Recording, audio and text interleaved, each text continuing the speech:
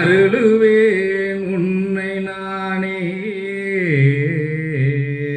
என்னொரு தம்பியாலே என்னையும் கொன்றாயென்று தன்னொரு மதத்தாலியும் சாற்றிய அரக்கா உன்னை பின்னொரு யுகத்தில் 100 பேருடன் பிறவி செய்து இன்னொரு ஆளின் கையால் இறந்திட செய்வேன் உன்னை.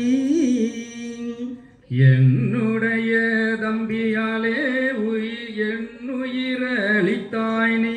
உன்னுடைய அம்பால் உயிரழிந்தேன் அல்லாதே என்னை நீ கொல்ல இயலாத உரைத்தாய். உன்னை நான் இப்போ ஒரு விரவி செய்யுகிறேன்.